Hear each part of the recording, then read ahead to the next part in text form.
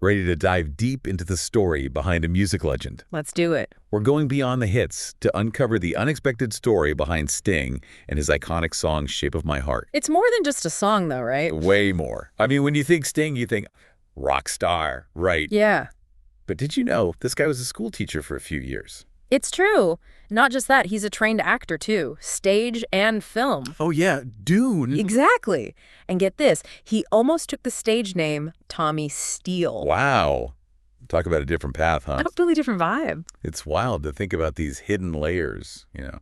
And speaking of layers, Shape of My Heart itself, that's a whole other story. Sampled by everyone from Craig David to Juice WRLD. It's in Léon, the professional hitman movie. And then it pops up in Hustle, the show about con artists. What? Seriously, who knew one song could have that kind of range? It's kind of mind-blowing when you think about it, the song's journey, how it connects to different worlds. That's what makes this deep dive so fascinating. But to really understand its impact, we got to go back to the beginning. To the source. Exactly. Sting and his longtime guitarist, Dominic Miller. Okay, so picture this. Miller's warming up, playing these chords, and they've got this, like, Chopin vibe. Already interesting. Right. And Sting said the lyrics just came to him, like, fully formed during a walk by the river. Sounds almost effortless, just pure inspiration. But knowing Sting, I'm thinking there's more to it than that. Like what? Remember that story about him figuring out solos and bass lines by messing with record speeds? Oh, yeah. Back in the day? That kind of dedication, it trains your ear. Yep. You start to hear the potential in everything. So he was primed to hear something special in Miller's playing, even if it wasn't a full melody yet. Exactly. And those Chopin-esque chords, those weren't a coincidence either. Wait, are we about to connect Sting to classical music? We are. Shape of My Heart has subtle nods to Chopin all over it. For example, that descending bass line in the verses. Yeah. Total Chopin vibes. It's like reminiscent of his nocturnes, you know, creates this melancholy but beautiful feeling. Okay, now I'm impressed. And it gets even better. There's more. Don't forget about the harmonica. Oh, right. That's Larry Adler, a legend who played with George Gershwin. No way. Seriously. It's like this crazy musical tapestry. Rock, classical, a touch of jazz. And it all works. It's not a mess. It's Sting, you know? Exactly. It all comes together. But how does a song with such a unique blend end up in Léon, the professional, and a show about con artists? It's wild. That's the thing about Shape of My Heart. It's got this emotional depth that lets it fit in all these different places. Like in Léon, you have this hitman, right? Yeah. A man of violence, finding this weird piece, listening to a song about, what, a card player? Searching for meaning. Right. Nah. And the fact that Sting himself is so interested in mortality, it adds a whole other layer, don't you think? It's like Leon's facing his own mortality in those moments with that song. Exactly. But then you have something totally different, like Hustle. The con artists. And they use the same song. It's crazy how well it works. Yeah. But why? Why does it work in a gritty film like Léon and a show like Hustle? Because deep down, it speaks to something we all feel. It's about searching for something more. Maybe it's meaning in a life like Léon's, or maybe it's the thrill of the game, the art of the con. It all comes down to perspective. Right. Clearly, Sting tapped into something special with this song. And speaking of special, we've got to talk about the Craig David connection. He didn't just sample Shape of My Heart, they collaborated, Rise and Fall. That says a lot about Sting as an artist, I think. He's not afraid to let his work evolve, to have new life with a new generation. Which is amazing, right? Keeps the music alive. But before we get too far ahead of ourselves, we've talked a lot about Sting as a solo artist, but what about the Police?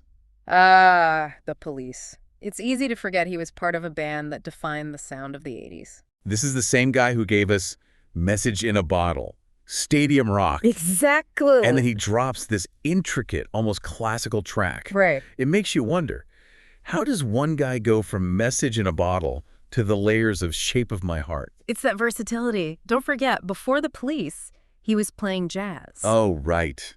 That's where the nickname Sting comes from, isn't it? Bingo! He used to wear this black and yellow striped sweater to gigs. Someone thought he looked like a bumblebee. That's hilarious. Okay, back to Shape of My Heart for a second. Those lyrics, man, we could do a whole deep dive on those alone. Right. That line, he deals the cards as a meditation, and those he plays never suspect. He doesn't play for the money he wins. It's like, who is this card player? What's he after? That's the beauty of it, though, right? We all get to decide who he is, project our own interpretations. True, true. But I do think there's a parallel to Sting himself, Yeah. that dedication, that drive to create something real. Absolutely. It's not just about being successful. It's about the craft, the search for meaning. And the fact that it connects with so many people, it's going to be universal, right? Totally. I mean, we all wrestle with that stuff. What's it all about? What matters? Hitmen, con artists. We're all searching for something. Exactly. You mentioned that classical feel and shape of my heart, that Chopin influence. For those of us who didn't study music theory, how does that actually play out in the song?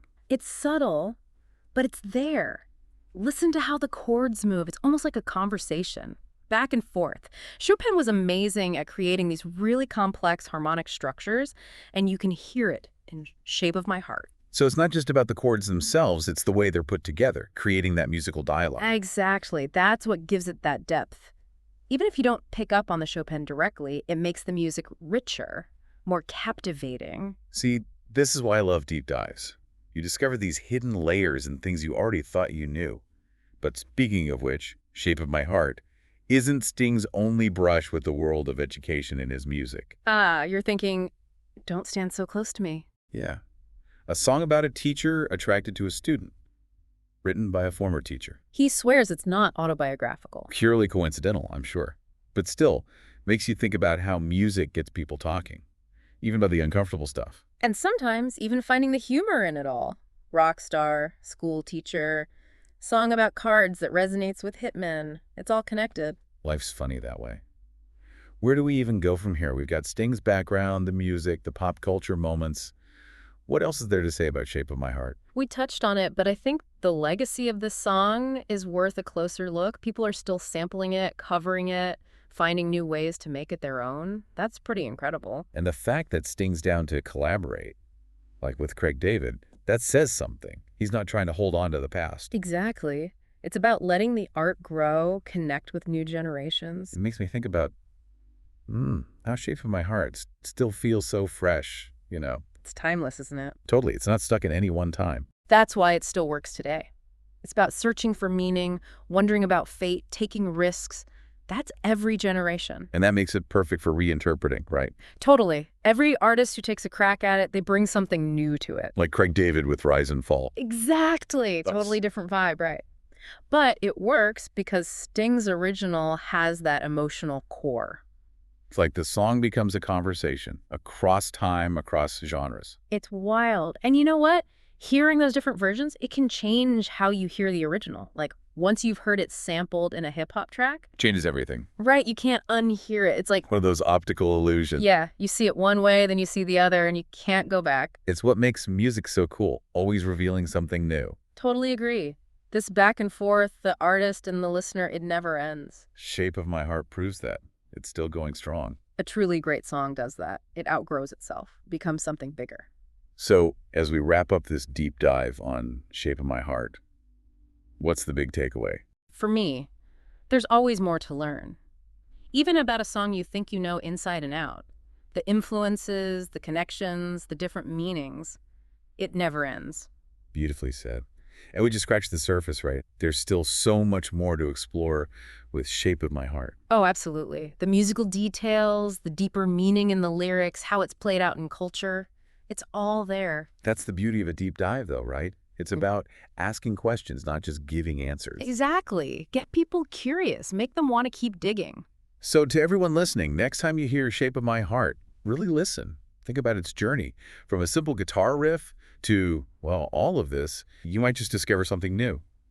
About the song, about yourself, who knows? The possibilities are endless. And that's a wrap on this deep dive. Thanks for joining us as we explore the stories behind the music.